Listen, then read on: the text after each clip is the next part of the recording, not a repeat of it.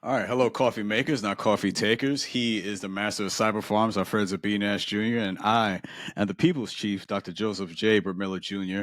We are your hosts for the Cyber Coffee Hour. Alfredzo, Nash, and I are products of Mount Vernon, New York, sharing our experiences and stories and sharing those of our amazing guests. We aim to share knowledge, elevate understanding, and foster a sense of belonging in this vast cyberspace. So for today's show, we will have a coffee chat with the dope SHEEO and Zen workplace guru, Dr. Lisa Marie Lee. Now, Dr. Lisa Marie Lee is the dope CEO, and the Evaluator is a sought after people, culture, and operations solutionist who helps businesses maximize profits by leveraging the power of the employee experience via business research and data science. With a background in the United States Navy and a PhD in education, she is passionate about solving workplace issues and has conducted groundbreaking research on how leaders influence performance. Dr. Lee has worked with executive level professionals and organizations, empowering them to strengthen their professional skills and brands through effective, compassionate, and human centered leadership. Dr. Lisa, welcome to the Cyber Coffee Hour. Yeah. Thank you for having me. Very nice. You know, this feels quite familiar. I feel like Dr. Lisa, we've been on, almost feel like deja vu, like we've done something like this before. Yes. It's been a long time coming, making my way over here. Glad to be here. Thank you for joining us, and thank you for including me in the loop. Yeah. We're glad to have you. All right. So, so before we get to it, I know, as we're recording this, it is Memorial Day weekend. Just want to, of course, just remember those who've paid the ultimate sacrifice for this country. So as we, go out, we have barbecues, grilling, hang out with friends, family. Cellular time. I just remember those who've, like I said, made it possible for us to do that on this Memorial Day weekend. But so with that, Dr. Lisa, do you have any plans for this weekend? I'm a swim mom. No.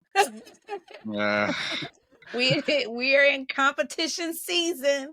Wow. So I will be doing that, But of course, I grill all the time, so I'm gonna be cooking. Always cooking. Gotcha. Mr. Nash, what about you, sir? Same. I was advised not to go in the garden today, so I've been cleaning grills, getting a party started, cleaning my outdoor table and setup. I'm gonna have 2 grills on rotation and get this going. Oh wow! Wait, you're manning both grills, or you have somebody helping? Well, so we call it offsite. We have an electric grill. My girlfriend's gonna help with that for the kiddos, all the kiddos stuff and veggies and stuff, and that's closer to our house. And then in the back, where the outliers go, the outcasts go, there's a smoker and a small grill that my cousin gave me. So I hang out there and put the big stuff on that. Okay. I duct taped that together. I didn't really have that kind of setup. It took piecing it together and getting it ready. Nice. Wow. Okay. All right, man. Electric grill. Yeah, electric grill is closer to the house. It's like a pun on, like, if it rains or the grid is down, we could plug it into anything. Cool. I never even heard of that. Yeah, it saved our lives during the pandemic. We had 2. We actually burnt through one, which was through the pandemic. We destroyed the coiling, inside of it. And then we got the George Foreman patio grill, specific, no plug. They don't pay us, but it's been a tank. It's been reliable throughout the rest of the pandemic. I have to invest in learning about that. Yeah. It's interesting. And they make an indoor one too. So they make one you could take off and place on the table. Yeah, so that's why I hung on to it. I was fussing a little bit and squabbling cleaning it, but now I like re-cleaning it and using it for the season. Okay. Yes. Man, I understand that. George Foreman to this day is still making money off of that grill, man. Yeah, man, it's like a tank. And they there's so many. I hate to say this, but there's so many knockoffs that you gotta like baseline them and say, hey, if this one doesn't work outside, I won't bring it inside because it won't last. The other ones don't really last, but that one did. It's built like a tank. I'd like to do nothing but clean it. Okay, good. Definitely check that out. Yeah. Cool. All right. So, yeah, Dr. Lisa, again, thank you for being on the show. But as we get into this, if you could just share maybe some insights, like from your experience, in the United States Navy and how it influenced your approach to leadership and workplace culture. Wow. There I it is. think when you say that, I mean, really, it helped me to understand what leadership truly is. And that's probably why I'm one of few that do the type of work that I do. When I joined the Navy, I was 17 years old. So when I got on my first ship, I was 17. Didn't know anything. Didn't know what I was doing. I just knew I wanted to I just knew I graduated early. I graduated when I was 16 because I hated high school. Oh, And don't I we all? graduated out of West Virginia. So, ain't nothing in West Virginia, there's not really any jobs there. And what are you to do but join the military or get a government job? I'm a product of the Department of State. My mom worked at the Department of State. She served 25 years. I knew I didn't really want to do civil service at that time. So next step is government, as far as military. And so 17, my mom signed me up. And there I went. I was off to boot camp. And then after almost 9 months, finally made it to my true designation, my ship, USS Carl Vinson. And from there, I was thrown into this management leadership position. For those that don't know, I was a CS, a culinary specialist is what they call them now. At that time, when I first started, was an MS, so mess management specialist. It's pretty much event planning, restaurant management, hotel management. That's how it would, or also supply, shipping and receiving, even leading into, what's it called? I'm trying to think, can't think of it right now. It'll come to me. It's all good. But shipping and receiving. So like Amazon and all that. Okay. I forget what the career is where you're shipping all around the world and all of that. I can't think of the word right now. Logistics? Thank you. Yeah. Logistics. Yes, logistics. It Ding, ding, ding. leans into logistics. Yes. But yeah. Management, logistics operations and everything via food. So same thing, or any type of supply, shipping and receiving, all of that, supply management. And I was 17 and I was thrusted into really managing 50 people in a kitchen, a crazy kitchen. Nice.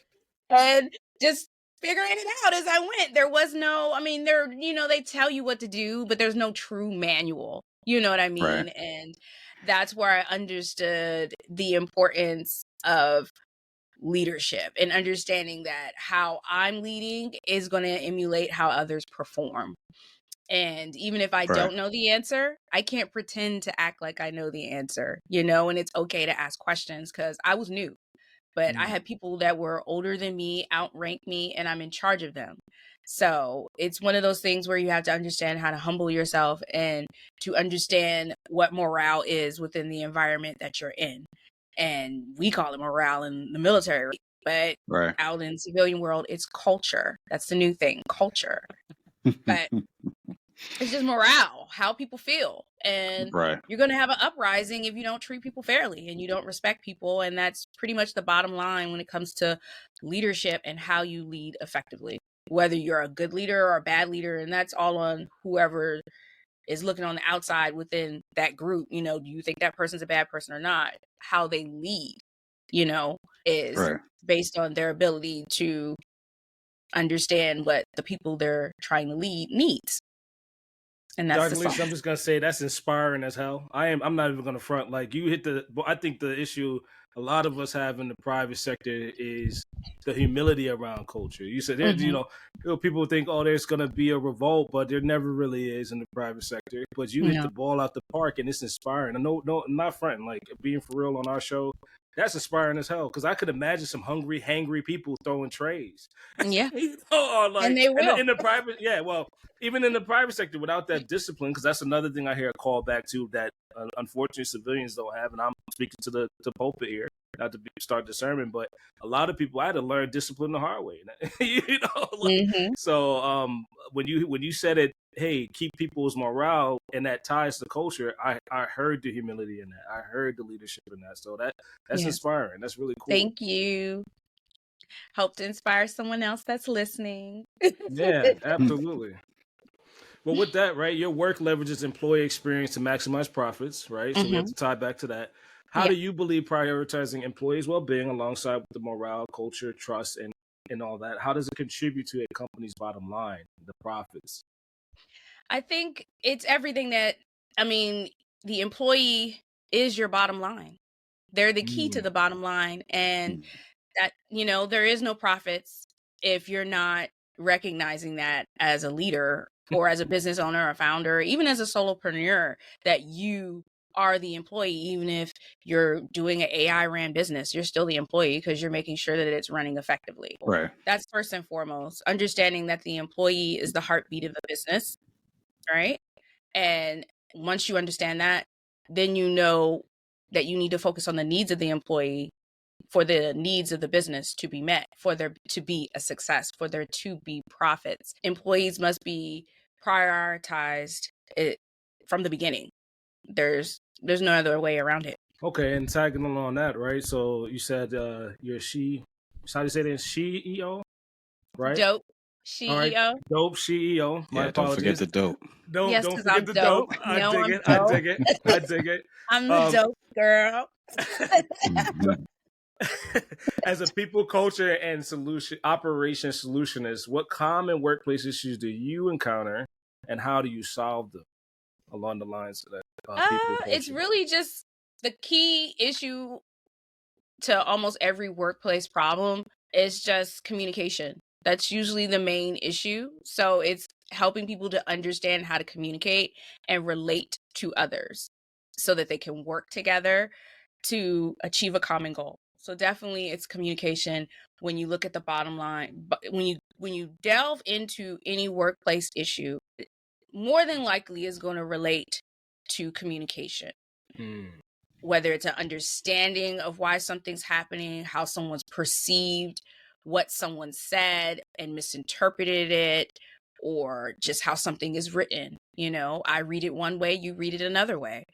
So Right. it's definitely communication overall. And then, of course, how you relate to others, your willingness to understand how others feel, their willingness to understand how you feel, the true investment overall in just how we communicate, why we're communicating a certain way, our ability to be open and honest and have integrity and truly lead by example. Do you think true leaders invest in that empathy? To your point, I heard that. Do you think today, why we've gotten away from some of the issues, that people don't invest in empathy at all as leaders? I would have to say yes. I think going back to saying, leaders are leading from a example approach, and a lot of people will go into a new position and they're leading based on what they've learned or what they assume. And we have to also remember, a lot of people, they go and they take courses, they get degrees, right? And so we're leading from this societal idea of what should be, instead of delving deeper based on what one culture needs versus another culture. Because you have to understand that not every business is the same, and we are all different. We all have different needs. We all experience things differently. So this idea of a best practice approach works for every environment is not necessarily true. And I think that that's where it first gets lost. And then we create a domino effect, by leading people based on this best practice understanding, which in most cases, right now we're learning since the pandemic, and now we're in this new world, this new operation of how businesses are operating.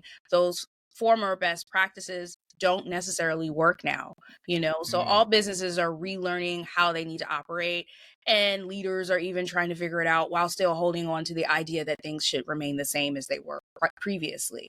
It's really just trying to, true leadership is understanding when change is needed, right? So we're kind of in this tug of war when you look at different businesses and what they're experiencing, and it's all leading back to the willingness to change and accept change. Even when we look at generative AI and how it's creating new opportunities, and then you have pushback against that, and then you have those that are willing to accept it, then you have those that are throwing millions and billions into implementing it with not knowing what's going to come out on the end. Right? So it's this rush for change, but we don't know what that is. We're not knowing how that's going to impact us, but we're still holding on to the ideas of the past. So we're kind of in this interesting melting pot of what is really going on. That rush sounds like societal panic to me. Yes. Yes, no one really knows what's going on. And like I said, because everyone's holding on to these best practices, right? So that means you don't really know how your business operates as a leader. You don't really know what your employees are thinking, what they truly expect of you, what you really expect of them, besides seeing, high earnings.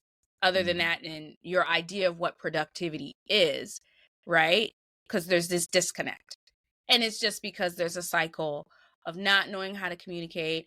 With a lot of the clients that I've worked with, a lot of leaders, especially if they're younger leaders, they haven't really been taught how to, or what is to expect, as a leader. So they're kind of learning as they go. And then the others are just following suit from what they're mimicking for the most part. That's very interesting because so when we talk about, of course, like workplace culture, Mhm. I think from what I've seen in the civil government space is that you have sometimes you have a clash between how things were, quote unquote, how things were done back in the day or in the Mhm. old day, and then you have this new generation or a new way of thinking of how business should be done, and it clashes. One topic real quickly is like the remote work. Mhm. The way we do work, whether it should be in office or we're allowed to work from home.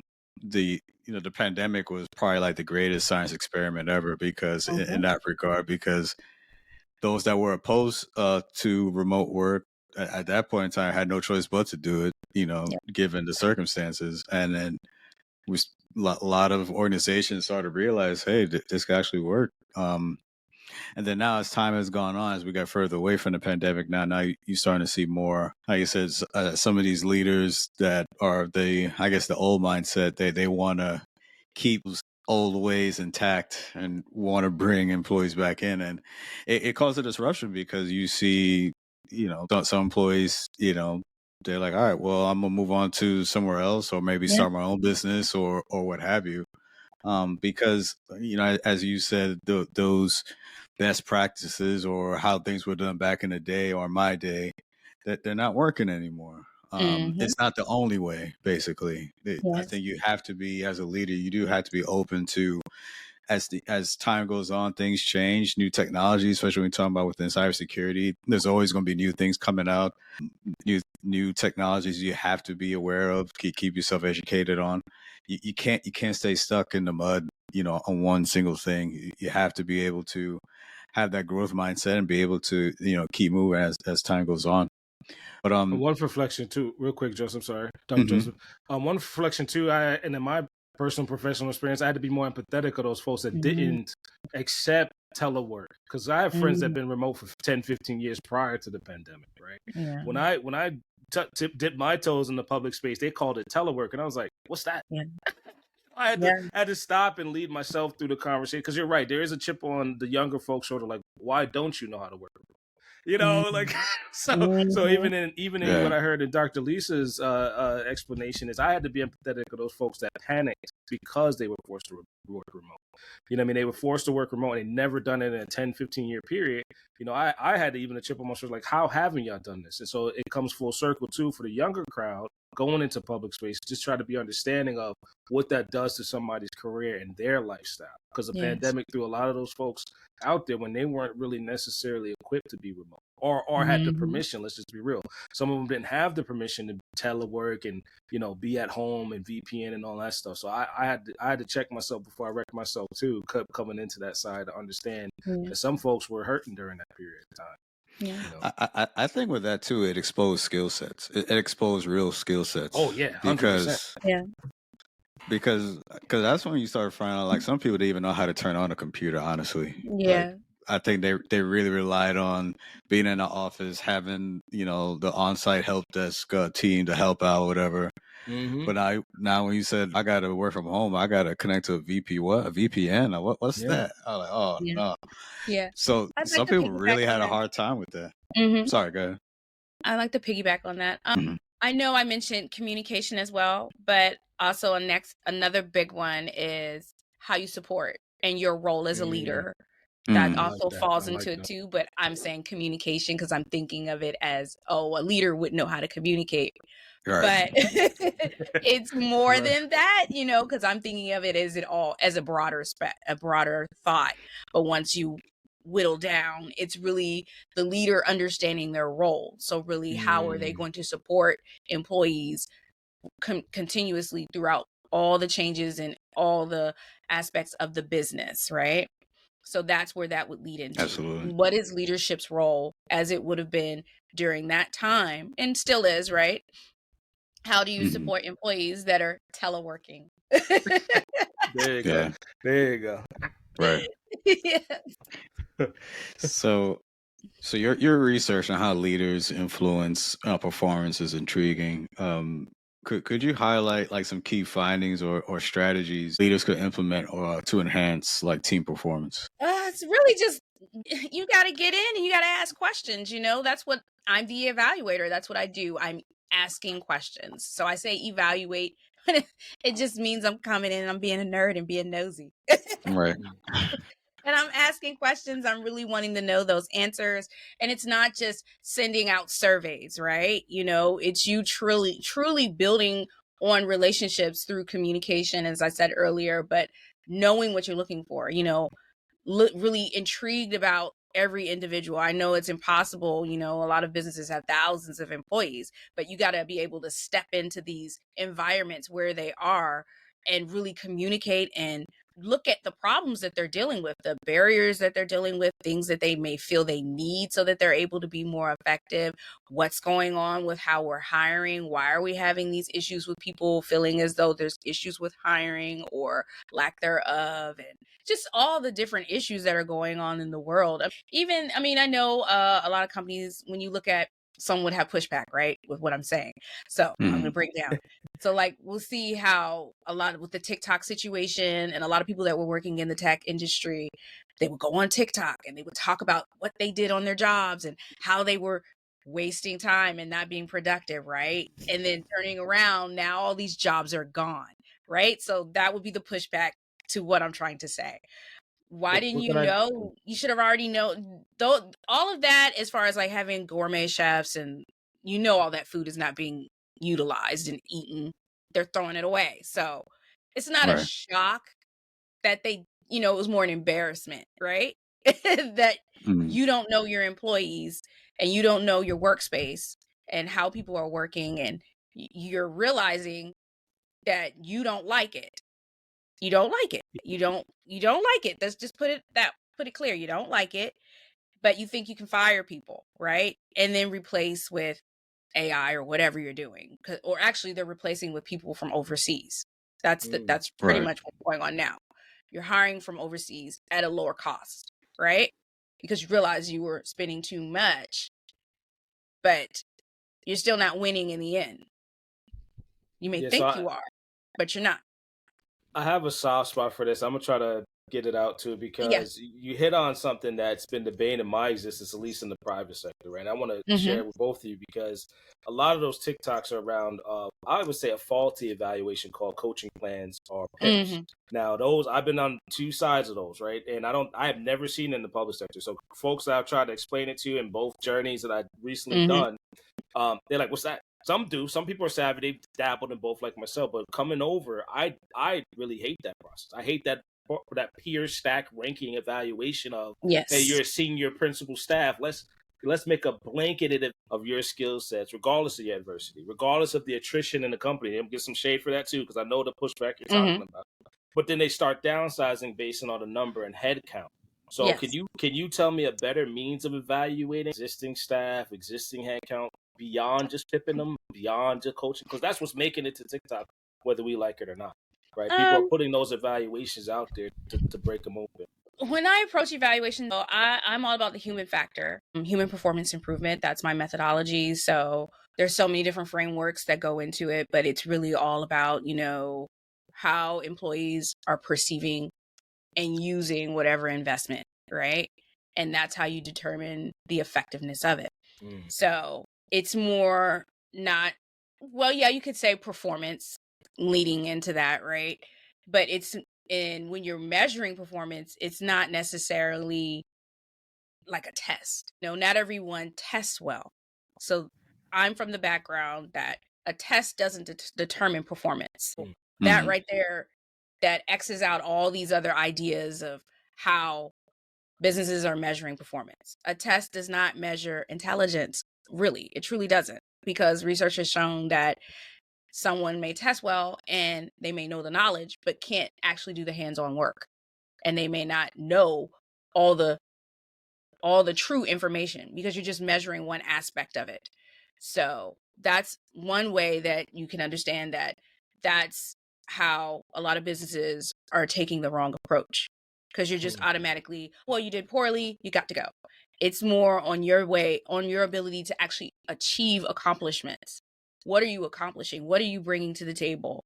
Because you as an employee and then the employer, it's a relationship.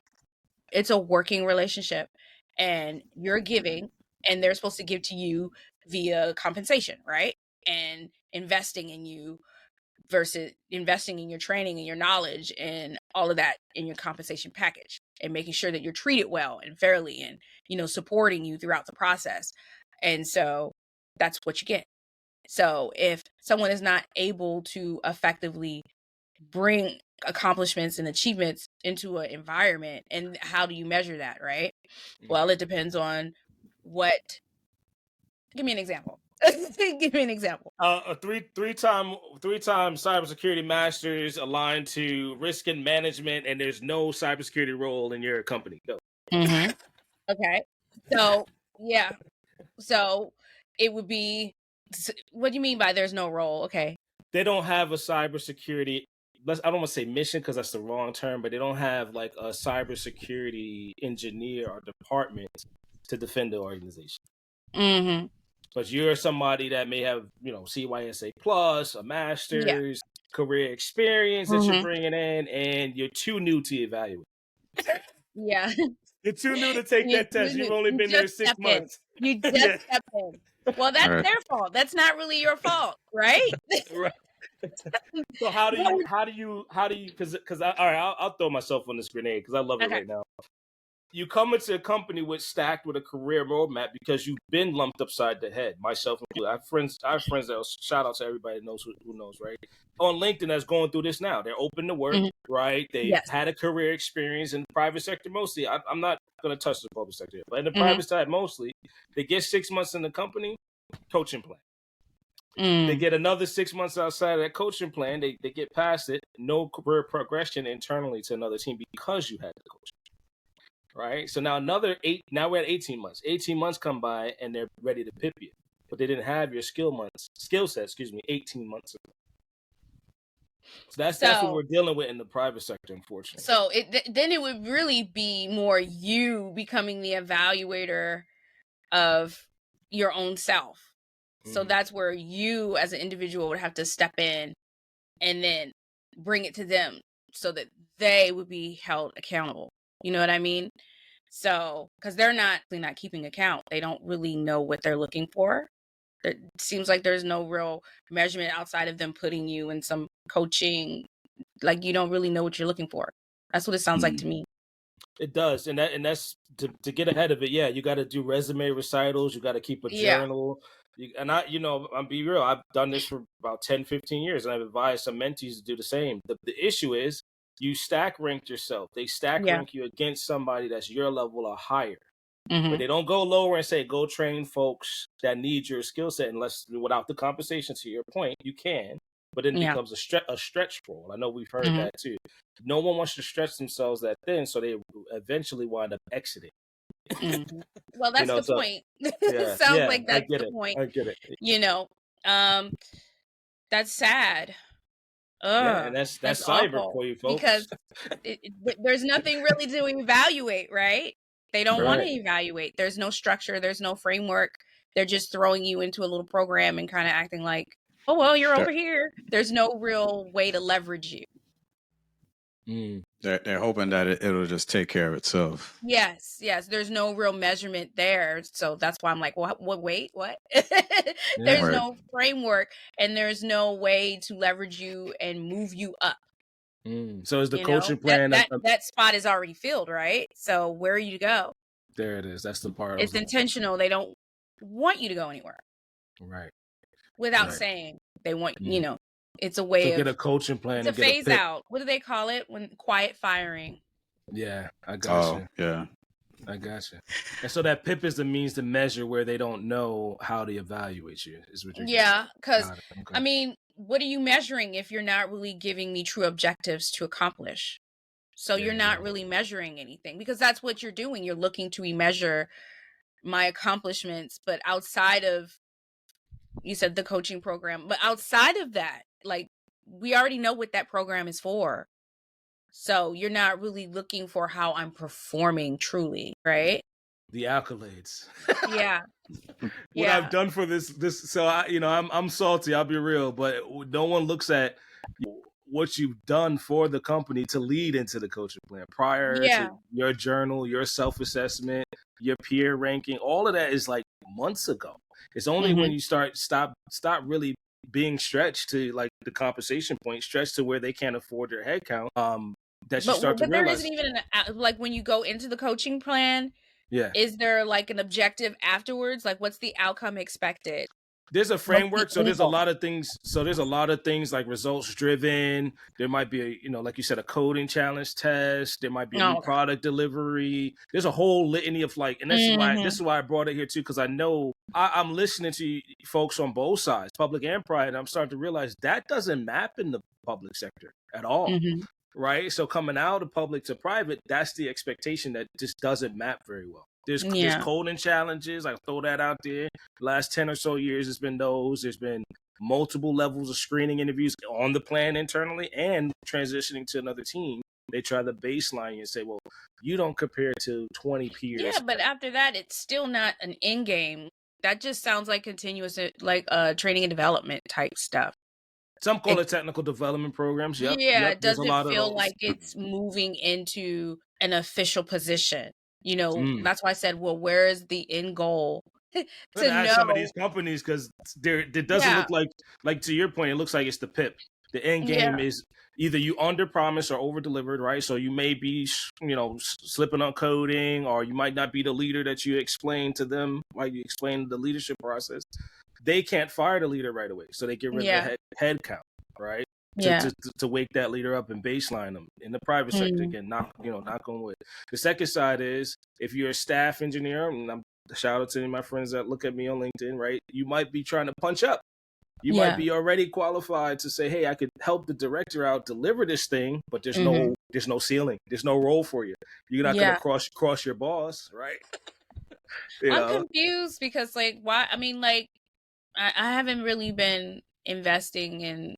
Me and Dr. Joseph haven't been doing our podcast. Know a lot more about the hiring and retention of the field, but I don't understand why there's no role when I hear that there's open positions, and so that's why that's another reason why I'm a little confused as well. Folks may not have afforded it, depending on what side of the fence you are. There may be an open position, but there may not be the budget. So we could talk about lack of budget. Yeah, we could talk about the low ball tactics, the coverage of head count, the stretch rolls. There's a subculture that they put one person in the field, maybe 4 seats, let's say. So right? That's where the evaluation would come in as to why why is there no budget? Are we mitigating risk, or are we wanting them to happen? That's what we leave the world by. So that as an evaluator, that's where the problem is. That's your major problem is the budget, and that would lead into, I forgot what it's called. Y'all tell me, whoever is in charge of it. Well, CFO, attrition. Yeah, that's the attrition card. Yeah. Yes. That would be in their responsibility, because they're the ones managing the budget. They're overseeing. They're the ones in the executive position, in the executive role, in the C-suite at the table. And that's where they would also need to if they were smart, look at HR and talk about how you're hindering people from being able to effectively work together, and how they can collaborate to try to increase that budget by looking at, because HR would be the ones looking at how people are performing or having an idea of it. Of course, they wouldn't know all the technicalities of it, but they would have the idea of how everyone's performing, where there are areas that are hindering them, why is there no growth when there is opportunity and need for it. So that's where that collaboration would need to come in. And then, championing the idea of why there needs to be more investment. Obviously, we see all these horrible stories daily about cyber attacks, so there's no need to delve deep into research. And I'm sure that, there's issues that are probably already occurring and concerns within the business as well. So linking that to the human need and, using that as a way to justify for more funding so that there can be more hiring and obviously probably more training, more investment in technology just for continuous improvement and to be proactive. Approved. That sounds like approved retention strategies for me. Let's get these directors on the line. Right. So Dr. Lisa, so as one who's recently stepped into leadership role, and for myself, I do incorporate a human-centric leadership methodology, and we definitely have that in common as you use human-centered leadership as well. How do you define it? From your perspective, and like what practical steps can leaders take to incorporate human-centered approaches into their management style? Just the understanding that humans matter, we matter. I mean, you as a leader, you matter. Right. You're a human. Don't let Skynet tell you otherwise. You can't forget that. You cannot forget that no matter with all the technology out here, without the human, there isn't even technology, right? Even in the Matrix, they were using us to survive. Batteries, right? Right. So, it's first understanding that. I think that's first and foremost. Definitely, Dr. Joseph, as you know, you gotta understand everyone's perspective, right? And it's okay to be the bad guy, but you still gotta, you gotta deliver it in a human way. The human approach is the respectable approach. So always, being respectful of everyone, understanding everybody's perspective, always having the understanding that we all differ, and just because we differ doesn't mean we aren't the same, So that's part of the problem. Sorry, my bad. Go ahead. It's part of the problem. Most leaders are okay with being a bad guy. Like that today, again, I've been through my walk, so I'm not gonna throw my stuff out there, but it seems most leadership is okay with being the bad guy. It's okay to let go 20% of the staff. It's easier that way. Yeah. It's easier nowadays to be the bad guy than the nice guy. No one's really nice anymore, especially now. With social media, look how people talk to people. Look how we act towards people. Right. No one is covert about their intentions pretty much anymore. It's straight out in the open, and it's up to you to believe it or live in denial, right? About what someone says. No one's hiding anymore. And what is that? Where someone shows you who they truly are the first time, believe them. Nowadays, no, you don't even have to do that because it's right there. It's plain as day. No one's really hiding the data. Right. And with that, from my experience, of course, having a military background as well, just thinking about over the course of my career, including military, just having my experience with different types of leadership, just categorize them as, good and bad leadership, and I think we both know how to define that. But, that's synonymous with toxic leadership? Yeah, just lump that into bed. Okay. That type of leadership where it doesn't really get much out of you. You do the very bare minimum. As soon as it hits 4 o'clock, you're out. You're not doing a second more. But then on the flip side, when you have the more favorable or good leadership, you're motivated. You're willing to go above and beyond. For him or her. And you see it in the results. You see it in the team that you work with, the chemistry that's built. And I've always, for myself, I think, Alfredzo knows this as well. Like I've always compared cybersecurity with sports. I do make that quite synonymous quite a bit, because I believe that, same thing with a sports team. You're trying to, as a coach for a sports team, you're trying to pull, multiple different personalities together for one common goal. And, in the case of sports, you're trying to work towards a championship. Then cybersecurity is the same thing. You're pulling people from different backgrounds, races, what have you, personalities. You have to learn how to reach them, how to get their max potential out of them. Because as you mentioned, Dr. Lisa, everyone is different. Yes. So we're all human. You have to, what one approach may work for one person is not necessarily going to work for the second person, or the other person, I should say. Yeah. So as a leader, you have to be cognizant of that. I'm sorry, go ahead. Yeah, I was just gonna say, it's the willingness to invest in understanding. The willingness to go to take that next step to understand all perspectives. And as you were saying, with bad leadership, those that are just here to do the bare minimum and then clock out. Yeah. I think very interesting. Oh yeah, go ahead. Sorry, I won't rant, but I think the bare minimum is like accepting the risk for a breach. Right, like we're okay with that, and then never mind the folks that are screaming from a hill that says, "Well, we can prevent a breach proactively." Let me show you how, or let me train a few folks to show you how, or let me be trained to train. Like I'm playing this card a lot, but we train trainers, right? Train folks to lead, train the engineers to lead. If they don't want to, it's okay too. Like, just prevent the breach. Win the championship, to Dr. Joseph's point. Losing the championship is getting breached 5 or 6 times left and right. And if somebody comes into your organization from an organization that may or may not have been breached, and you don't want to hear them, well, you already signed up for losing. In my opinion, you already signed up. You're already what, 10-0 in the championship, So, no, this is good. And again, we're here with Dr. Lisa, the dope SHEEO, here on the Cyber Coffee Hour. So please like, share, and subscribe.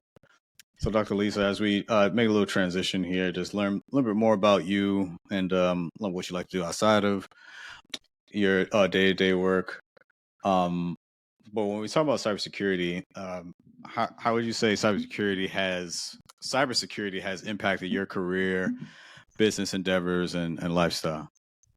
Oh gosh, I think I first started really understanding it, I guess, and really wanting to know more about it would be more in my personal life. I feel like I'm always attached to some kind of cyber attack from some company, whether it's Xfinity or OPM or the Veterans Affairs. Why is my information keep becoming compromised? That's a good way to look at it, right? And so that's nice really where I am with that. And I'm trying professionally to see, with the type of work that I do, where do I fit in to keep this from happening? So in a nutshell, that's how it's impacted me and where I feel I can be of service. It's so interesting because, for those that don't know, me and Dr. Joseph randomly just met on LinkedIn when he had first got his degree in the mail from Capella. And I had hopped in the comments and said, "Congratulations, doctor." And fast forward, here we are, 2 years? Is it 2 years? That sounds about right. It's 2 years. 2 years later. That sounds about right. Later, I'm still here, And it's just the fate of it, right? Because I was curious about cyber. I didn't understand what it was or what I needed to do, right? To truly be of service. I'm all about being of service. You hear me saying it. That's what I do. That's why I have the business that I have, because I know that I'm good at, helping people to relate, to understand why the problems occur. That's pretty much what I do. And I do it through questions and answers and surveys. Nice nerdy approach, but we call those frameworks. Yes, exactly. So where did you fit? So it sounds like you were constantly being attacked. And it sounds like you evaluated that and defend against it, or defend forward, like a lot of folks like to say. Which frameworks did you seem to align yourself to? Like, hey, could this help me against this? Or could this help me get my data back? Like, are there some frameworks out there that you like particularly? I don't even know. Okay. No, I don't even know. I'm just trying to because I'm still trying to figure out where I can be of service in the cyber field. So outside of me just learning how to protect my information and, constantly evaluating it and making sure that even though it's stolen, I'm Right. not being compromised financially or someone's out there with my name or whatever, So other than that, I've not delved deeper than that, outside of learning how to protect my information and how I store information and passwords and different things like that. And even with my business and even with people that I know, informing them of different ways. But I'm still looking at how, from my frameworks of my methodology that I use, how can I implement that into the cyber field, right? Oh What yeah. does So that look like? So that's why I said I don't know, because I'm trying to right. see where I fit in and what does that look like. And as We you hope to said, help you out with that on the side. With yeah, remember our when, powers combined, yeah, we can help you with that one. yeah. So it's like, how do I incorporate what I do into cyber? Just like I was asking the questions earlier of, well, where's the end game? Like, what is the purpose of all of that? And obviously the lack of funding. So why are we not funding when we know that funding is needed? It's kind of obvious funding is needed. So it's not like I had to really bring out a survey. Well, on the gun, you just triggered another episode. That's gonna probably be another episode for us for real. If you don't mind, what obstacles have you overcome to arrive where you are today with your business and everything like that? Let's see. I feel like I'm always dealing with an obstacle because the type of work I do, it takes a lot of funding, so it's the willingness of people to want to invest in their business. And when I say invest in their business, they think that me doing this branding and all that, I do invest in my business, but it's not really just that. Even if you're a solopreneur, you cannot always know how your clients feel based on how you're performing, right? Because they're the employee. So it's the willingness to hear criticism. We as leaders or we as founders, business owners, we think we know it all. We know what we're doing, and if we don't know it all, we have people around us, they may tell us that we don't know it all, but they're still not being truly honest. We as humans have a tendency to conform with the people that are around us, and uplift versus be truly transparent at times. So it's that willingness to invest in having someone that's going to come in and be honest with you. And that's third party, right? Just like with a corporation, third party is usually better if the third party is not PAOs, that's what we compromised. call them. Yeah. It's having the freedom of free from bias and open and honest, and even providing a comfort for those that are going to be dealing with someone that's third party, ensuring that they're protected, their information and their answers and all that are protected. It's just a lot that goes into it. It's expensive, not just monetarily expensive, but emotionally. Some situations are very, very sensitive, so people don't want to be a part of it because they may feel vulnerable. So as a dope SHEEO, what do you use as far as to get you through the day? I mean, is it coffee, tea, or is there a certain beverage you like your go-to? Oh my God. Let me see. And now I do not drink coffee. I am a water girl. I do like hibiscus tea, or I like lavender tea, I like my wine and beer. Nice. Are there any infusions in that case then? Do you do infusion teas? No. I like it simple. Okay. Yeah. Oh, and then of course exercise. Exercise is my drug of choice. I work out 6 times a week. That's probably the best one of them all, honestly. That's good. So, what are some of your hobbies? Interests? I know you just mentioned with working out, but I guess what are some of the other things you like to do? Outside of work. Oh gosh, I'm a mom. I don't have a life. Nice. My daughter is 15, so she's a competitive swimmer. Nice. Oh Lord, we're trying to drop these times. She wants to swim in college, y'all. So we're working on that. And, she's a competitive swimmer. So it's always competition season. So she's on a new schedule. So I'm at the pool 4 a.m. 4 a.m. She gets up, she goes to pool. What? And then she Wow. she does aerials. Aerials, for those that don't know, is like trapeze, silks, lyra. You know, when you see at the circus and they're all, you know, twirling. Yeah. So she does that as well. So technically she's a dual athlete. So what does that look like? You know, what is she going to do when she grows up? What does that look like? How do we incorporate that into a career? So that's kind of where I am with that.